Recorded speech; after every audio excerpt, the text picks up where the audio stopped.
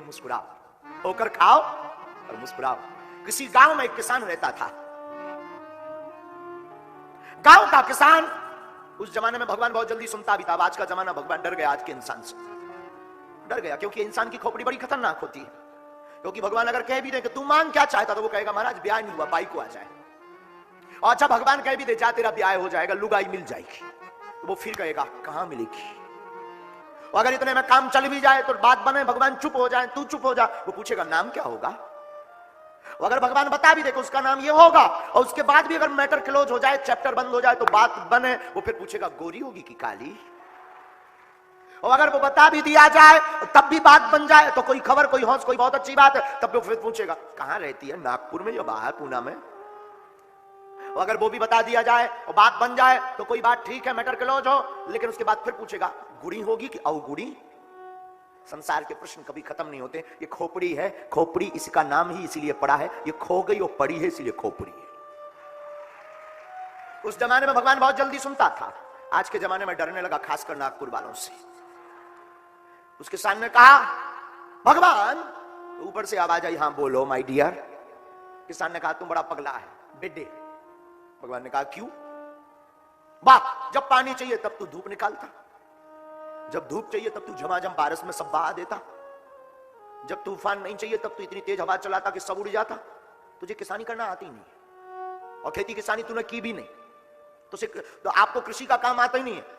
भगवान ने कहा तो क्या करें। बोले अगर तुम्हारा हौस हो, तुम्हें अगर कोई दिक्कत ना हो, तो एक काम करो, 1 साल के लिए मैनेजमेंट मुझे देकर देखो। मैं टाइम पर, जब बारिश चाहिए तब मैं करूंगा, जब आंधी चाहिए, जब धूप चाहिए मैं लूंगा, फिर देखो तुम, पूरी दुनिया खुश रहेगी। भगवान ने कहा मान जा। किसान बोला क्षमा करना, मैं बहुत अच्छी बात बोल रहा हूं। भगवान ने कहा ठीक है, 1 साल का मुखिया तू जा, जो करना है सो कर। और किसान तो बड़ा खुश। उसने कहा कि अब पानी होना चाहिए, पानी झमाझम बारिश हुई। उसने बीज डाला, बीज अंकुरित हुए, प्रकट हुए, बीज से पौधा बाहर निकले। उसने कहा अब धूप होनी चाहिए, धूप निकली। किसान बड़ा खुश, क्योंकि पौधा उसके सिर के ऊपर, गेहूं की बॉल सिर के ऊपर, लंबे लंबे पौधे, जबकि खेती हुई है, बड़ी बड़ी बाल, बड़ी बड़ी बाल। किसान बड़ा प्रसन्न। धीरे धीरे टाइम बीता, काटने का समय आया। उसने जब खेत को, गेहूं को काटा और उनको निकाला, तो भौचक्का रह गया। पौधे तो बड़े थे, बाल तो बड़ी थी, उसमें अन्न का, गेहूं का एक दाना भी नहीं पड़ा।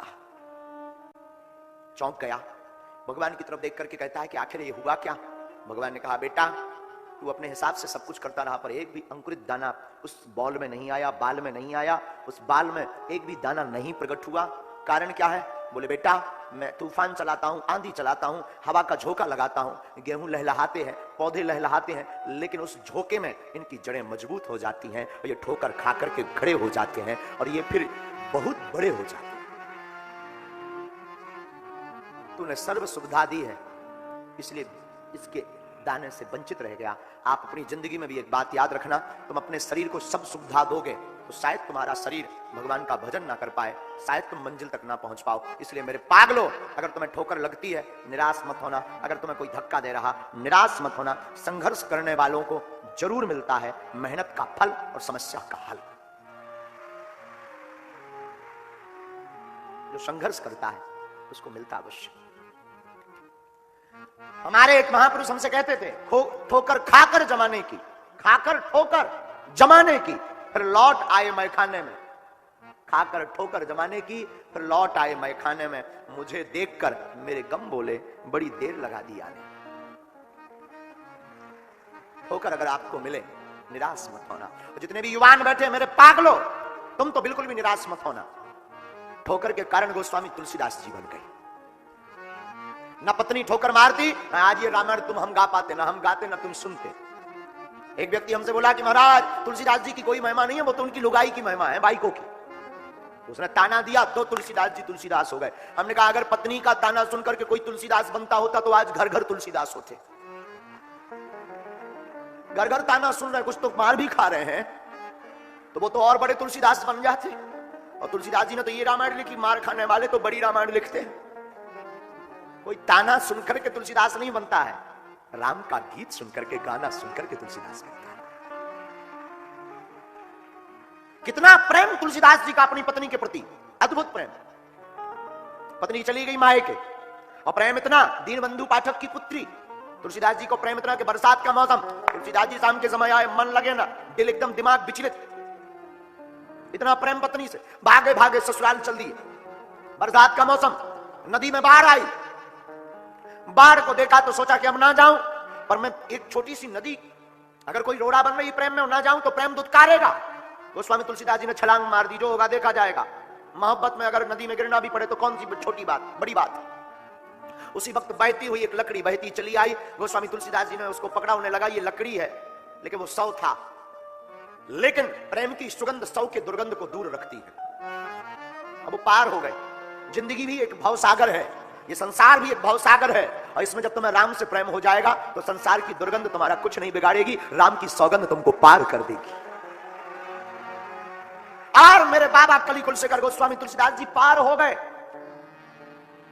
पत्नी के घर गए, रात का अंधेरा, दरवाजा कौन खुलवाए, कौन जगाए, लोग पूछेंगे तमाशा बनाएंगे, इतनी रात को क्यों आए, अभी अभी तो मेरी बेटी आई है, तुम पीछे पीछे पीछे पीछे पीछे पीछे क्यों चले आए, क्या जवाब दूंगा, कौन बेकार समय बर्बाद करे, मुझे तो एक बार देखना है, बस मैं देख लूं, मेरा मन ये जो विचलित हो रहा है ना, ये बहुत ज्यादा उकताहट पा रहा है, इसको थोड़ी शांति मिल जाए, थोड़ी आनंद इसको मिल जाए, थोड़ा प्रेम रस मिल जाए, आंखें थोड़ी तृप्त हो जाए। इंद्र विभूत के कारण तुलसीदास जी सोचते हैं क्या करूं, ऊपर रहती है पत्नी, दूसरे वाले मंजिल पर मैं चढ़ता हूं। देखा कि एक जंगला से काला काला काला कुछ लटक रहा, लगता है रस्सा है, पकड़कर टंग गए और धड़ाम से नीचे कमरे में पत्नी के गए।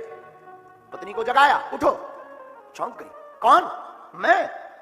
पत्नी कांपने लगी, आप इतनी रात को, वो भी मेरे कमरे में, आखिर हुआ क्या? तुलसीदास जी कहते कुछ नहीं हुआ, प्रेम हुआ है, और तुम्हारे प्रेम में मैं खिंचा चला आया, मैं रह भी नहीं पा रहा था। पत्नी ने कहा क्षमा करना नाथ, अभी अभी मैं शाम को आई हूं और तुम 4 घंटे भी मेरे बिना नहीं रह पाए। तो गोस्वामी जी बोले तू 4 घंटे की बात करती है, मुझे 4 घंटे में तो 4 साल का वनवास हो गया। पत्नी ने कहा गजब हो गई, पार कैसे आए? एक लकड़ी बह रही थी, आए, लेकिन शरीर पर जब रक्त लगा देखा, लगा कहां है? गोस्वामी जी ने कहा मुझे तो कहीं नहीं लगा। पत्नी समझ गई, 100 को पकड़ करके पार में है। फिर पूछा ऊपर चढ़कर कैसे आए? तूने रस्सियां लटका रखी थी। पत्नी ने कहा पागल हो क्या, मैं भला क्या रस्सियां लटकाऊंगी? हाथ में मसाल ली, जलाकर जब जंगला में बाहर ताक करके देखा तो काले काले नाग लटक रहे थे। काल को पकड़ करके गोस्वामी जी प्रेम के पास गए। याद रखना मेरे पागलो, यहां भी एक नई शिक्षा मिलती है। जब तुम राम को पाने के लिए इतनी उद्विग्नता रखोगे, इतनी चाहत रखोगे, इतनी तर्पण रखोगे, तो काल भी तुम्हारा कुछ नहीं बिगाड़ेगा, वो तुम्हारा सहारा कर देगा। और बाबा गोस्वामी जी कहते देख मैं तुझसे कितना प्रेम करता हूं, मैंने काल को भी हाथ में पकड़ लिया, मुझे होश नहीं। पत्नी की चेतना जग गई। और हम इसलिए कहते, लोग हमसे पूछते बार बार कथा सुनने की क्या आवश्यकता है, बार बार कथाओं की क्या आवश्यकता है, कितनी कथाएं नहीं हो रही, आज तक क्या हुआ? हम कहते हैं बार बार कथाओं को सुनना चाहिए। पूछो क्यों? ना जाने कौन सी कथा दिल में चोट कर जाए। गोस्वामी जी से कितनी बातें नहीं की होंगी उनकी पत्नी ने, तुलसीदास जी से, आज तक चोट नहीं की। आज पत्नी ने हाथ जोड़कर कहा नाथ, जितना तुम मेरे इस हाड़ मांस के शरीर के लिए, जिसमें केवल और केवल दुर्गंध है, और आप कभी कल्पना करना अपने शरीर के ऊपर, और जिस शरीर से तुम लोग प्रेम करते हम लोग प्रेम करते, उस शरीर के लिए कभी कल्पना दिमाग में लाना।